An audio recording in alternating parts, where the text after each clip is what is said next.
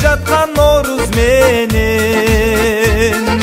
куттуу болсун ырым дедим. Норуз майрам, ырыс майрам, бабалардан мурас майрам. Ак калпакчан кыргыз майрам, Норуз майрам, бул майрам, Норуз майрам. Мына бүгүн жаздын жаркыраган жаз маалында улустун улуу күнү Норуз майрамы болуп отурат. Кыргыз элинин жаңы жылы болот. Мына ошого арнап элибизде тоюмчулук болсун, бейкутчулук болсун, ынтымак ырыс-кылгыт болсун деп мындай сум элек кайнаткан илгертеден.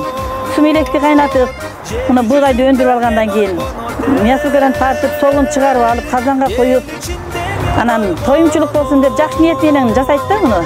Кыргыз элибизде чынында ынтымак ырыс-кылгыт болсун, элибизде тынччылык болсун, бири-бирибизди сыйлаган, урматтуу сыйга бөлөнгөн биримдиктүү энелер бололук. Бардыгыбыз ушу жакшы тилеген энелер келип отурабыз. Бардыгыбыздын тилегибизди Кудайым куттулсун, кабыл кылсын, жакшылыктар болуп турсун. Эли журтубузда тынччылык болсун. Кыргыз майрам, Норуз майрам, бул майрам, Норуз майрам, ырыс майрам, бабалар